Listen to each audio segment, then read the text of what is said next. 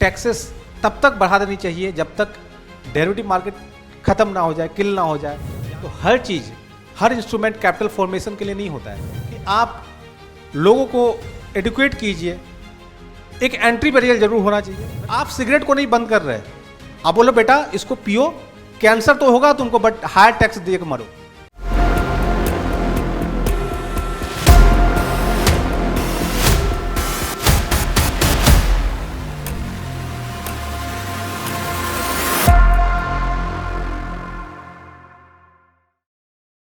Hello everyone, मैं गुड्डू कुमार। शंकर शर्मा जी, इनको तो आप जानते ही होंगे और मैं इनका बड़ा फ़ैन हूँ। मैं इनको करीब 10-12 ईयर्स से फॉलो करता हूँ। जब भी कभी सोशल मीडिया पे, टीवी चैनल्स पे इनका बाइट आता है, मैं ज़रूर सुनता हूँ। ये अपनी बेबाकी के लिए जाने जाते हैं। कोई भी बात को स्पष्ट रूप से बोलते हैं, चाहे वह किसी को कितना ही खटके या जो भी हो, चाहे वह मार्केट फोरकास्ट को लेके या किसी भी चीज़ को लेके, इनका जो व्यू होता है बहुत स्पष्टता के साथ आता है। तो आज मैं मॉर्निंग में जस्ट सोशल मीडिया में इनका एक देख रहा था, एनडीटीवी प्रॉफिट के साथ एक चैनल पे आए थे एनडीटीवी प्रॉफिट पे, एंड उनका मैं जस्ट सुन रहा था एसटीटी को रिगार्डिंग एंड एफएनओ ट्रेडिंग के रिगार्डिंग।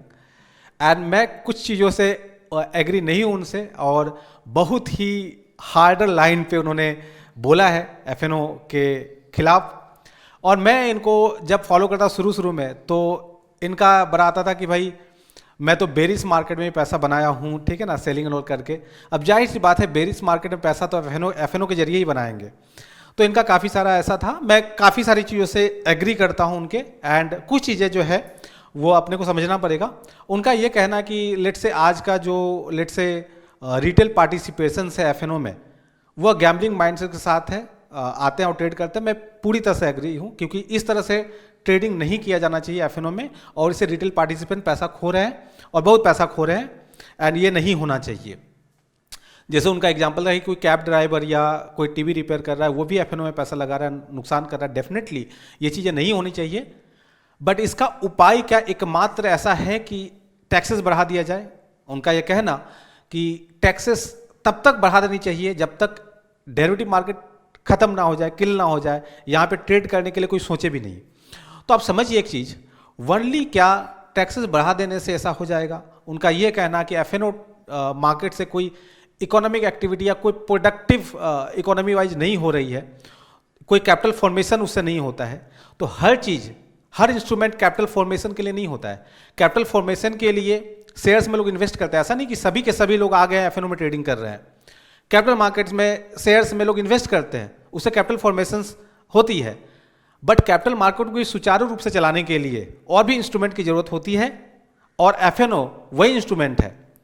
इसमें लोग आजकल इस जो रिटेल पार्टिसिपेंट है वो स्पेकुलेटिव माइंडसेट से ट्रेडिंग कर रहे हैं, बट वो लाया गया था हेजिंग के लिए, और उसका अपना एक महत्व है।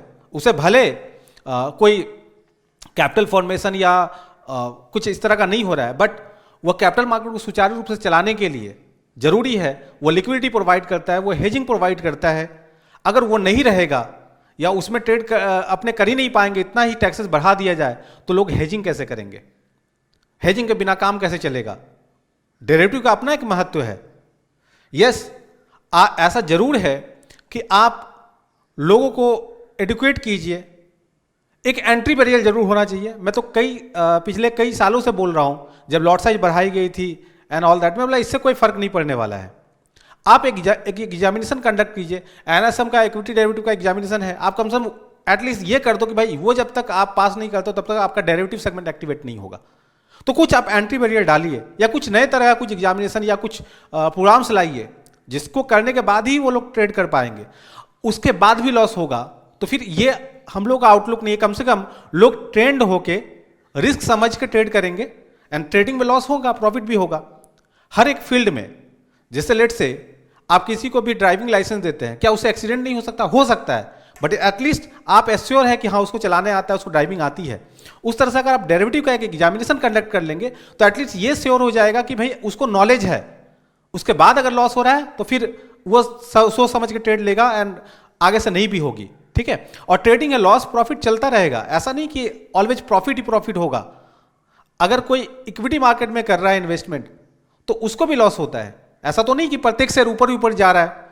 आप एक कैब ड्राइवर को, एक रिटेल पार्टिसिपेंट को आप ये तो बोल रहे हो कि एफएनओ में मत करो, बट क्या उस कैब ड्राइवर को शेयर में इन्वेस्टमेंट करने का नॉलेज है? क्या वो सही तरीके से शेयर को चुन पाएगा कि इस शेयर में करना चाहिए, किस शेयर में नहीं करना चाहिए? वहां भी उसका नुकसान होगा। और जाहिर सी बात है, उनका कंसर्न है देश की युवा को लेके, उसके हेल्थ को लेके, तो कि क्या सिर्फ फाइनेंशियल हेल्थ की बात होगी और चीजों का नहीं देखा जाएगा? सिगरेट पे ईच एंड एवरी बजट में कुछ ना कुछ टैक्सेस लाद दी जाती है। इस बार भी उस पर जीएसटी 40% कर दिया गया। उस पैकेट पे लिखा रहता है कि भाई इससे कैंसर होगा। आप सिगरेट को नहीं बंद कर रहे, आप बोलो बेटा इसको पियो, कैंसर तो होगा तुमको, बट हायर टैक्स दे के मरो। यही तो इंस्टेंस है, आप बंद करो उसको। उससे क्या इकोनॉमिक एक्टिविटी और प्रोडक्टिव एक्टिविटी या नेशन बिल्डिंग में काम आ रहा है? उस तरह से जितने भी सारे पब्स है, बियर बार, सबको बंद करवा देनी चाहिए। हम लोग ने देखा नजारा 31 और 1 जनवरी के दिन देश का युवा सड़कों पे नशे में लत पड़े हुए थे, उनको कुछ भी होश ठिकाना नहीं है। तो उससे क्या नेशन बिल्डिंग हो रही है? तो हर चीज को इस तरह से देखना नहीं है। कुछ चीजें हैं उसको आप रेगुलेट कीजिए, उसको आप स्ट्रक्चर में लाइए, आप एंट्री बैरियर डालिए। बट ये कह देना कि टैक्स बढ़ा देना एक मात्र तरीका है जिसके जरिए ही हर समस्या का समाधान होगा, इसे मैं एग्री नहीं करता हूं। और जाहिर सी बात है, इससे आप भी एग्री नहीं करेंगे। वो हेजर्स के लिए कॉस्ट बढ़ रहा है, वो कैसे करेगा? मार्केट में लिक्विडिटी भी जरूरी है। अगर आप टैक्सेस बढ़ा देंगे तो लिक्विडिटी कहां से आएगी? अगर कोई इन्वेस्टमेंट किया किसी शेयर्स में जिसका एफएनओ में भी है, अगर किसी भी न्यूज के कारण कुछ भी ऐसा होता है तो एटलीस्ट फ्यूचर सेल करके अपने जो इक्विटी का जो रिस्क है उसको वहां पे हेज कर पाएगा। अगर वही नहीं कर पाएगा, उसमें कॉस्ट बढ़ जाएगा, तो फिर वो कैसे काम करेगा? क्या वो शेयर सारे बेच के फिर जब ऊपर फिर से जाना शुरू करेगा तब बाई करेगा? तो बहुत सारी चीजें, हर इंस्ट्रूमेंट कैपिटल फॉर्मेशन के लिए नहीं होता है, ये अपने को ध्यान में रहना चाहिए, एंड तभी सुचारू रूप से मार्केट चलेगी। तो बहुत ही चीजों पे वर्क करना है। मैं अगेन फिर रिक्वेस्ट कर रहा हूं कि जरूर एक एंट्री बैरियर होना चाहिए, ताकि जिनको नॉलेज नहीं है एफएनओ मार्केट का, वो कम से कम एफएनओ मार्केट में नहीं आए, नॉलेज लेके आए, एंड उसके बाद उसको रिस्क समझ में आएगा इस मार्केट में क्या है, और सही तरह से रिस्क मैनेजमेंट के साथ, डिसिप्लिन के साथ ट्रेडिंग करेगा, तो जाहिर सी बात है उतना नुकसान वह नहीं करेगा जितना आज कर रहा है। प्रॉफिट भी करेगा, कुछ लोगों का नुकसान भी होगा। इस तरीके से ही मार्केट चलेगी। हर कोई को आप नहीं चाहते कि प्रॉफिटेबल हो जाए, हर कोई शेयर्स में भी इन्वेस्ट करके प्रॉफिटेबल नहीं है, तो आप क्या बोलेंगे? शेयर मार्केट में कोई भी बंद कर देना चाहिए पूरी तरह से, क्योंकि वहां भी जो लोग लॉस कर रहे हैं वो कर ही रहे हैं। क्या इक्विटी में ट्रेडिंग करके लोग लॉस नहीं करते? सिर्फ एफएनओ में करने से लॉस होता है? इक्विटी में भी जो ट्रेडिंग करते हैं उसको लॉस होता है। तो हर समस्या का समाधान टैक्सेस नहीं है, चाहे वो सिगरेट हो, चाहे वो कुछ और चीजें हैं।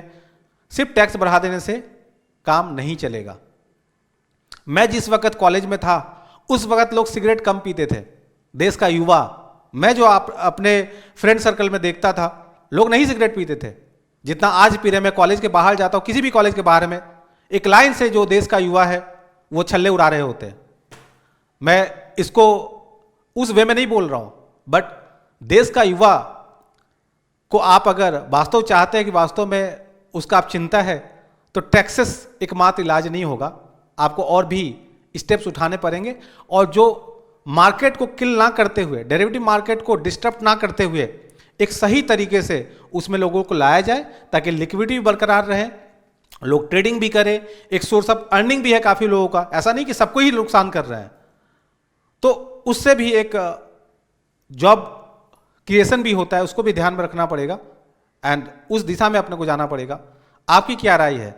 सिर्फ टैक्स बढ़ा देने से काम चल जाएगा, या लोगों को एडुकेट करना चाहिए, एक कोई एग्जामिनेशन या कुछ एंटी बैरियर डालना चाहिए, एंड फिर एफएनओ मार्केट में लोग आए तो सही रहेगा, मार्केट्स के लिए भी, आपके लिए भी, सबके लिए भी। तो आप अपनी राय जरूर कमेंट बॉक्स में बताइए कि टैक्सेस बढ़ाना सिर्फ एक उपाय है या कुछ और भी स्टेप्स उठाने चाहिए।